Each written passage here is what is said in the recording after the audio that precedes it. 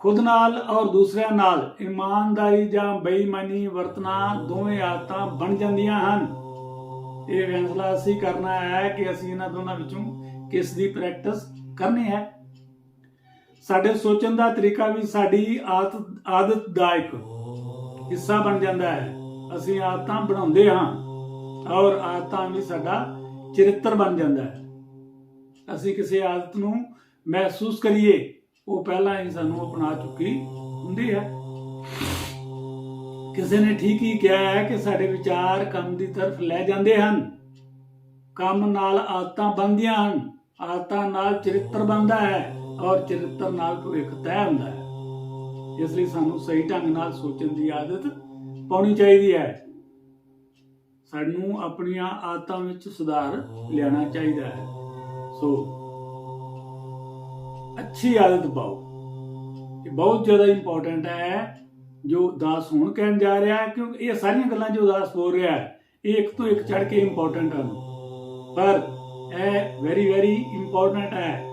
अच्छी आदत पाओ, फॉर्म गुड हैबिट्स। साडा ज़्यादातर व्यवहार आदतन हुंदा है जो बिना सोचे समझे अपने आप हुंदा रहिंदा है। चरित्र साडियां अच्छियां आदतां दा मिलिया जुलिया रूप हुंदा है। अच्छियां आदतां वाला इंसान अच्छे चरित्र वाला मन्निया जाता है।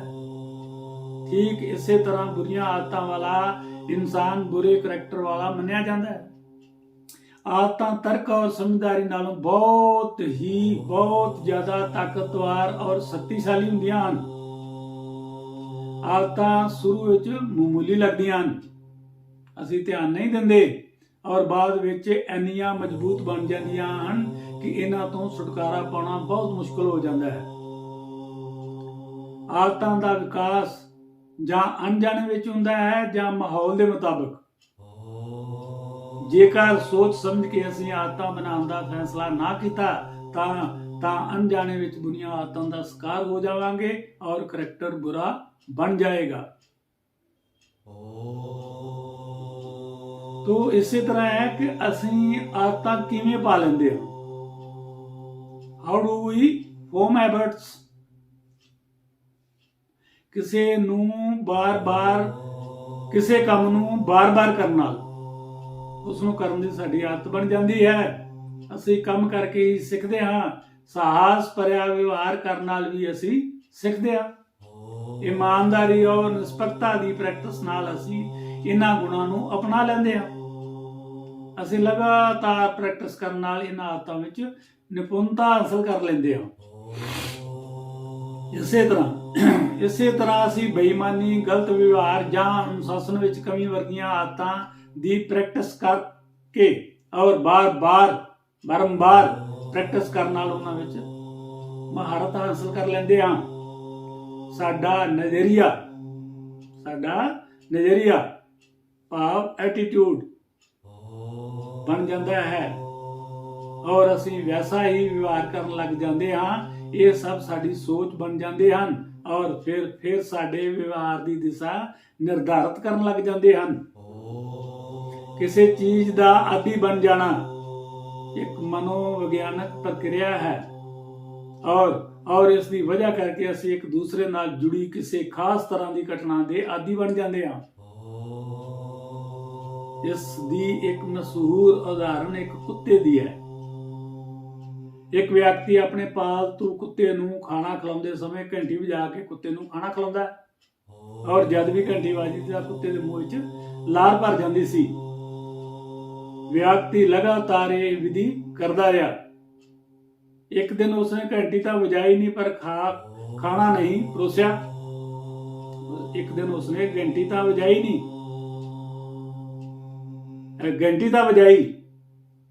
ਪਰ ਖਾਣਾ ਨਹੀਂ ਪਰੋਸਿਆ। ਪਰ ਕੁੱਤੇ ਦੇ ਮੂੰਹ ਵਿੱਚ ਲਾਰ ਭਰ ਆਈ ਕਿਉਂਕਿ ਉਹ ਘੰਟੀ ਵੱਜਣ ਨਾਲ ਖਾਣਾ ਖਾਣ ਦਾ ਆਦੀ ਹੋ ਚੁੱਕਾ ਸੀ। ਅਸੀਂ ਵੀ ਅਜਿਹੇ ਹਾਂ, ਅਜਿਹੀਆਂ ਆਦਤਾਂ ਅਪਣਾ ਚੁੱਕੇ ਹਾਂ। ਇਸੇ ਤਰ੍ਹਾਂ ਇਨਸਾਨ ਨੂੰ ਕਿਸੇ ਚੀਜ਼ ਦਾ ਵੀ ਆਦੀ ਨਹੀਂ ਬਣਨਾ ਚਾਹੀਦਾ ਔਰ ਜੇਕਰ ਆਦੀ ਬਣਨਾ ਹੀ ਹੈ ਤਾਂ ਅੱਛੀਆਂ ਆਦਤਾਂ ਦੇ ਆਦੀ ਬਣੋ। ਜਦ ਅਸੀਂ ਕਿਸੇ ਕੰਮ ਨੂੰ, ਕਿਸੇ ਚੀਜ਼ ਨੂੰ ਸਹੀ ਢੰਗ ਨਾਲ ਕਰਨਾ ਚਾਹੁੰਦੇ ਹਾਂ ਤਾਂ ਉਹ ਖੁਦ ਬ ਖੁਦ ਹੋਣਾ ਚਾਹੀਦਾ ਹੈ। ਪੇਸ਼ਾਵਰ ਲੋਕ ਕਿਸੇ ਕੰਮ ਨੂੰ ਆਸਾਨੀ ਨਾਲ ਕਰ ਲੈਂਦੇ ਆ। ਕਿਉਂਕਿ ਉਹ ਆਪਣੇ ਕੰਮ ਦੀਆਂ ਬੁਨਿਆਦੀ ਚੀਜ਼ਾਂ ਦੇ ਮਾਹਿਰ ਹੋ ਚੁੱਕੇ ਹੁੰਦੇ ਹਨ।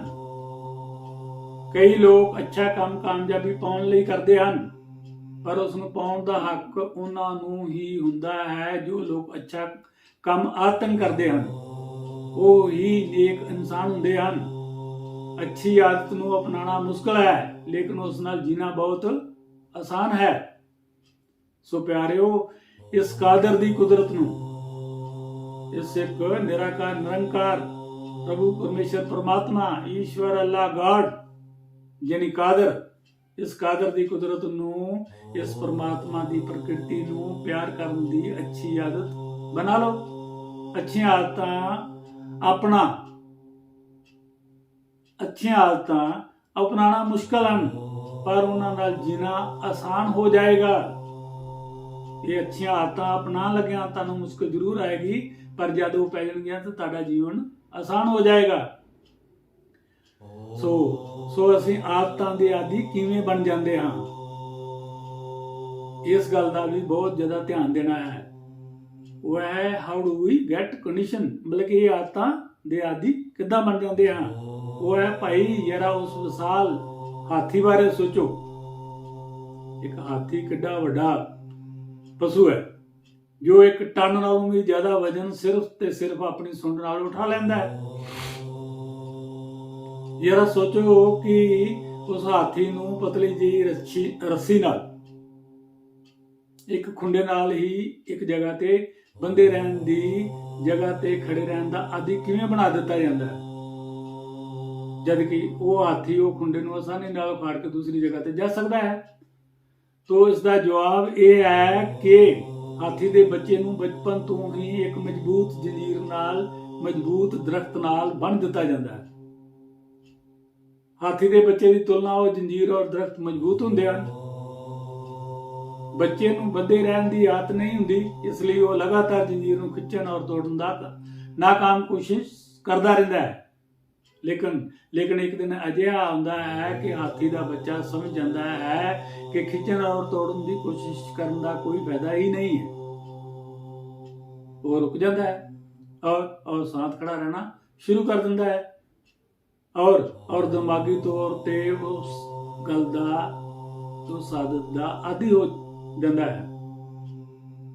ਹੁਣ ਉਹੀ ਬੱਚਾ ਜਦ ਇੱਕ ਵਿਸ਼ਾਲ ਹਾਥੀ ਬਣ ਜਾਂਦਾ ਹੈ ਔਰ ਉਸ ਨੂੰ ਇੱਕ ਆਮ ਰੱਸੀ ਨਾਲ, ਖੁੰਡੇ ਨਾਲ ਬੰਨ੍ਹ ਦਿੱਤਾ ਜਾਂਦਾ ਹੈ। ਉਹ ਹਾਥੀ ਚਾਹੇ ਤਾਂ ਇੱਕ ਝਟਕੇ ਨਾਲ ਹੀ ਆਜ਼ਾਦ ਹੋ ਸਕਦਾ ਹੈ, ਮਗਰ ਉਹ ਕਿਤੇ ਵੀ ਨਹੀਂ ਜਾਂਦਾ, ਕਿਉਂਕਿ ਉਹ ਬਚਪਨ ਤੋਂ ਹੀ ਦਿਮਾਗੀ ਤੌਰ ਤੇ ਇਸ ਦਾ ਆਦੀ ਹੋ ਗਿਆ ਹੁੰਦਾ ਹੈ। ਇਸੇ ਤਰ੍ਹਾਂ ਜਾਣੇ ਅਣਜਾਣੇ ਸਾਡੇ ਉੱਪਰ ਵੀ ਬਹੁਤ ਸਾਰੀਆਂ ਚੀਜ਼ਾਂ ਦਾ ਅਸਰ ਪੈ ਰਿਹਾ ਹੁੰਦਾ ਹੈ, ਜਿਸ ਤਰ੍ਹਾਂ ਜਿਵੇਂ ਦੀਆਂ ਫਿਲਮਾਂ ਔਰ ਟੀਵੀ ਦੇ ਪ੍ਰੋਗਰਾਮ, YouTube, Instagram, Facebook ਅਸੀਂ ਦੇਖਦੇ ਹਾਂ, ਸੁਣਦੇ ਹਾਂ, ਜਿਸ ਤਰ੍ਹਾਂ ਦਾ ਸੰਗੀਤ ਸੁਣਦੇ ਹਾਂ, ਜਿਸ ਤਰ੍ਹਾਂ ਦੀ ਸੰਗਤ ਕਰਦੇ ਹਾਂ, ਜਿਸ ਤਰ੍ਹਾਂ ਦੀਆਂ ਕਿਤਾਬਾਂ ਪੜ੍ਹਦੇ ਹਾਂ, ਇਹਨਾਂ ਸਾਰੀਆਂ ਦਾ ਸਾਡੇ ਤੇ ਅਸਰ ਪੈ ਜਾਂਦਾ ਹੈ ਔਰ ਸਹੀ ਆਦਤ ਨੂੰ ਹੋ ਜਾਂਦੇ ਹਾਂ। ਐ ਇਨਸਾਨ ਤੇਰੇ ਉੱਪਰ ਇਸ ਪ੍ਰਭੂ ਪਰਮੇਸ਼ਰ ਪਰਮਾਤਮਾ ਨੇ ਕਿੰਨੀ ਅਪਰੰਪਾਰ ਕਿਰਪਾ ਕੀਤੀ ਹੋਈ ਹੈ। 84 ਲੱਖ ਜੂਨਾਂ ਚੋਂ ਕੇਵਲ ਇਨਸਾਨ ਦੀ ਜੂਨੀ ਨੂੰ ਹੀ ਅਜਿਹਾ ਦਿਮਾਗ ਬਖਸ਼ਿਆ ਹੋਇਆ ਹੈ ਜੋ ਹਾਥੀ ਵਰਗੇ ਜੰਗਲੀ ਜਾਨਵਰ, ਜਿਸ ਨੂੰ ਕੁਦਰਤ ਨੇ ਅਥਾਹ ਹੀ ਬਲ ਬਖਸ਼ਿਆ ਹੋਇਆ ਹੈ, ਨੂੰ ਵੀ ਬਸ ਕਰਕੇ ਉਸ ਦੀ ਆਦਤ ਬਦਲ ਕੇ ਉਸ ਨੂੰ ਉਸ ਦੀ ਅਥਾਹ ਤਾਕਤ ਦਾ ਖਿਆਲ ਹੀ ਭੁਲਾ ਦਿੰਦਾ ਹੈ ਔਰ ਆਪਣੇ ਮਨ ਰੂਪੀ ਹਾਥੀ ਦੇ ਵਸ ਵਿੱਚ ਆਪ ਚੱਲ ਰਿਹਾ ਹੈ। ਆਪ ਖੁਦ ਇਨਸਾਨ ਆਪਣੇ ਮਨ ਰੂਪੀ ਹਾਥੀ ਦੇ ਵਸ ਵਿੱਚ ਆਪ ਚੱਲ ਰਿਹਾ ਹੈ। ਜਿੱਥੇ ਮਨ ਹਾਥੀ ਬਣਿਆ ਪਿਆ ਹੈ, ਇਨਸਾਨ ਉਹਦੇ ਮੁਤਾਬਕ ਚੱਲਣ ਵਾਲਾ ਬਣਿਆ ਪਿਆ ਹੈ। ਅਗਰ ਇਸੇ ਦਿਮਾਗ ਨੂੰ ਆਪਣੇ ਮਨ ਰੂਪੀ ਹਾਥੀ ਨੂੰ ਵਸ ਵਿੱਚ ਕਰਨ ਲਈ ਵਰਤ ਲਏ, ਇਨਸਾਨ ਅਗਰ ਇਸੇ ਦਿਮਾਗ ਨੂੰ ਆਪਣੇ ਮਨ ਰੂਪੀ ਹਾਥੀ ਨੂੰ ਵਸ ਵਿੱਚ ਕਰਨ ਲਈ ਵਰਤ ਲਏ ਤਾਂ ਉਸ ਪ੍ਰਭੂ ਪਰਮੇਸ਼ਰ ਪਰਮਾਤਮਾ ਦੀ ਬੰਦਗੀ ਕਰਕੇ, ਖੁਸ਼ੀਆਂ ਪ੍ਰਾਪਤ ਕਰਕੇ ਇਸ ਭਾਵ ਸਾਗਰ ਰੂਪੀ ਸੰਸਾਰ ਵਿੱਚ ਮੁਕਤੀ ਪ੍ਰਾਪਤ ਕਰ ਸਕਦਾ ਹੈ। ਸੋ ਹੈ ਜੀਵ, ਤੂੰ ਆਪਣੇ ਆਪ ਨੂੰ ਚੰਗੀਆਂ ਆਦਤਾਂ ਪਾ। ਜੋ ਤੂੰ ਗਲਤੀਆਂ ਕਰਦਾ ਆ ਰਿਹਾ ਹੈ, ਆਪਣੇ ਆਪ ਨੂੰ ਗਲਤ ਆਦਤਾਂ ਪਾ ਕੇ ਮਸਤ ਹੋਇਆ ਫਿਰਦਾ ਹੈ। ਔਰ ਇਸ ਮਨ ਰੂਪੀ ਹਾਥੀ ਨੇ ਤੈਨੂੰ ਅਜਿਹਾ ਭੁਲਾ ਦਿੱਤਾ ਹੈ ਕਿ ਤੈਨੂੰ ਆਪਣੇ ਅੱਗੇ ਦਾ ਕੋਈ ਫਿਕਰ ਨਹੀਂ ਹੈ, ਬਲਕਿ ਤੂੰ ਆਪਣਾ ਇਹ ਮਟੀਰੀਅਲਿਸਟਿਕ ਜਾਨੀ ਭੌਤਿਕਵਾਦੀ ਜੀਵਨ ਵੀ ਆਦਤਾਂ ਦੇ ਕਰਕੇ ਖਰਾਬ ਕਰੀ ਬੈਠਾ ਹੈ। ਅਧਿਆਤਮਿਕਤਾ ਤਾਂ ਤੇਰੇ ਲਈ ਬਹੁਤ ਦੂਰ ਦੀ ਗੱਲ ਹੈ। ਇਸੇ ਕਰਕੇ ਕਹਿੰਦੇ ਹਨ ਕਿ ਭਗਤੀ ਕੋਈ ਸੂਰਮਾ ਹੀ ਕਰ ਸਕਦਾ ਹੈ, ਲੱਖਾਂ ਚ ਕੋਈ ਇੱਕ ਕਰ ਸਕਦਾ ਹੈ। ਸੋ ਜਿਸ ਤਰ੍ਹਾਂ ਪਾਗਲਪਨ ਦੀ ਪਰਿਭਾਸ਼ਾ ਇਹ ਹੈ ਕਿ ਇਹ ਕੰਮ ਨੂੰ ਬਾਰੰਬਾਰ ਕੀਤਾ ਜਾਂਦਾ ਹੈ ਔਰ ਹਰੇਕ ਵਾਰ ਬਾਰੰਬਾਰ ਅਲੱਗ-ਅਲੱਗ ਨਤੀਜਿਆਂ ਦੀ ਉਮੀਦ ਕੀਤੀ ਜਾਂਦੀ ਹੈ। ਹਰੇਕ ਵਾਰ ਜਿਹੜੀ ਬਾਰੰਬਾਰ ਅਲੱਗ-ਅਲੱਗ ਨਤੀਜਿਆਂ ਦੀ ਉਮੀਦ ਕੀਤੀ ਜਾਂਦੀ ਹੈ। ਅਗਰ ਤੁਸੀਂ ਉਹੀ ਕਰ ਰਹੇ ਹੋ ਜੋ ਕਰਦੇ ਰਹੇ ਹੋ ਤਾਂ ਉਹੀ ਮਿਲੇਗਾ ਜੋ ਤੁਹਾਨੂੰ ਮਿਲਦਾ ਰਿਹਾ ਹੈ। ਆਦਤਾਂ ਨੂੰ ਬਦਲਣ ਲਈ ਸਭ ਤੋਂ ਮੁਸ਼ਕਲ ਗੱਲ ਇਹ ਹੈ ਕਿ ਜੋ ਚੀਜ਼ ਕੰਮ ਨਹੀਂ ਕਰ ਰਹੀ ਉਸ ਨੂੰ ਭੁਲਾਇਆ ਜਾਵੇ ਔਰ ਬਦਲੇ ਵਿੱਚ ਅੱਛੀਆਂ ਆਦਤਾਂ ਨੂੰ ਅਪਣਾਇਆ ਜਾਏ। ਸੋ ਇਸੇ ਤਰ੍ਹਾਂ ਹੀ ਅਗਲਾ ਗੁਣ ਹੈ ਚੇਤਨ ਔਰ ਅਵਚੇਤਨ ਮਨ। Your conscious and subconscious mind। ਸਾਡੇ ਚੇਤਨ ਮਨ ਕੋਲ ਸੋਚਣ ਦੀ ਸ਼ਕਤੀ ਹੈ। ਇਹ ਸਵੀਕਾਰ ਕਰ ਸਕਦਾ ਹੈ ਔਰ ਨਾ ਸਵੀਕਾਰ ਵੀ। ਮਗਰ ਅਵਚੇਤਨ ਮਨ ਸਿਰਫ ਸਵੀਕਾਰ ਕਰਦਾ ਹੈ। ਇਹ ਇਨਪੁਟ ਨੂੰ ਲੈ ਕੇ ਕੋਈ ਭੇਦ ਨਹੀਂ ਕਰਦਾ। ਅਗਰ ਅਸੀਂ ਆਪਣੇ ਮਨ ਵਿੱਚ ਡਰ, ਸ਼ੰਕਾ, ਨਫ਼ਰਤ ਦੇ ਭੇਦ-ਭਾਵ ਭਰੀਏ ਤਾਂ ਸਾਡੇ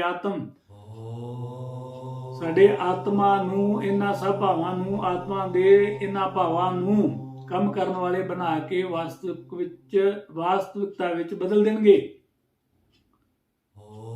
ਸਾਡਾ ਅਵਚੇਤਨ ਮਨ ਇੱਕ ਡਾਟਾ ਬੈਂਕ ਦੀ ਤਰ੍ਹਾਂ ਹੈ। ਅਵਚੇਤਨ ਮਨ ਇੱਕ ਗੱਡੀ ਦੀ ਤਰ੍ਹਾਂ ਹੈ। ਸਾਡਾ ਅਵਚੇਤਨ ਮਨ ਇੱਕ ਡਰਾਈਵਰ ਦੀ ਤਰ੍ਹਾਂ ਹੈ ਔਰ ਇਹਨਾਂ ਦੋਨਾਂ ਵਿੱਚੋਂ ਅਵਚੇਤਨ ਮਨ ਜ਼ਿਆਦਾ ਸ਼ਕਤੀਸ਼ਾਲੀ ਹੈ। ਸ਼ਕਤੀ ਤਾਂ ਗੱਡੀ ਵਿੱਚ ਵੀ ਹੁੰਦੀ ਹੈ, ਮਗਰ ਇਹ ਅਲੱਗ ਗੱਲ ਹੈ ਕਿ ਉਸ ਦਾ ਕੰਟਰੋਲ ਡਰਾਈਵਰ ਦੇ ਹੱਥ ਵਿੱਚ ਹੁੰਦਾ ਹੈ। ਸੋ ਸਾਡੇ ਕੌਨਸ਼ੀਅਸ ਐਂਡ ਸਬਕੌਨਸ਼ੀਅਸ ਮਾਈਂਡ, ਚੇਤਨ ਔਰ ਅਵਚੇਤਨ ਮਨ, ਇਹਨਾਂ ਦੋਨਾਂ ਵਿੱਚੋਂ ਅਗਰ ਚੇਤਨਤਾ ਕੌਨਸ਼ੀਅਸਨੈਸ ਵਿੱਚ ਇਸ ਪ੍ਰਭੂ ਪਰਮੇਸ਼ਰ ਪਰਮਾਤਮਾ ਨੂੰ ਧਿਆਨ ਵਾਲੇ ਪਾਸੇ ਮਨ ਵਿੱਚ ਯਾਦ ਰੱਖਿਆ ਜਾਏ ਤਾਂ ਹਰ ਵਕਤ ਹੀ ਇਸ ਦਾ ਸਿਮਰਨ ਰੱਖ ਸਕਾਂਗੇ। ਤਾਂ ਸਬਕੌਨਸ਼ੀਅਸਨੈਸ ਅਵਚੇਤਨਤਾ ਵਿੱਚ ਵੀ ਗੱਡੀ ਔਰ ਡਰਾਈਵਰ ਵਾਲੀ ਗੱਲ ਹੈ ਕਿਉਂਕਿ ਗੱਡੀ ਵਿੱਚ ਵੀ ਤਾਕਤ ਹੈ ਲੇਕਿਨ ਕੰਟਰੋਲ ਡਰਾਈਵਰ ਦੇ ਹੱਥ ਵਿੱਚ ਹੈ ਔਰ ਚੇਤਨਤਾ ਵਿੱਚ ਜਦ ਡਰਾਈਵਰ ਮੰਨ ਗਿਆ ਤਾਂ ਅਵਚੇਤਨਤਾ ਵਿੱਚ ਤਾਂ ਆਪਣੇ ਆਪ ਹੀ ਉਹ ਕੁਝ ਕਰਦਾ ਰਹੇਗਾ ਜੋ ਚੇਤਨਤਾ ਵਿੱਚ ਕਰ ਰਿਹਾ ਸੀ। ਕੁਝ ਲੋਕ ਕੁਝ ਮੂੰਹ ਵਿੱਚ ਗੁਣਗੁਣਾਉਂਦੇ ਰਹਿੰਦੇ ਹਨ, ਭਾਵ ਗਾਉਂਦੇ ਰਹਿੰਦੇ ਹਨ। ਇਹ ਵੀ ਅਜਿਹਾ ਹੀ ਹੈ।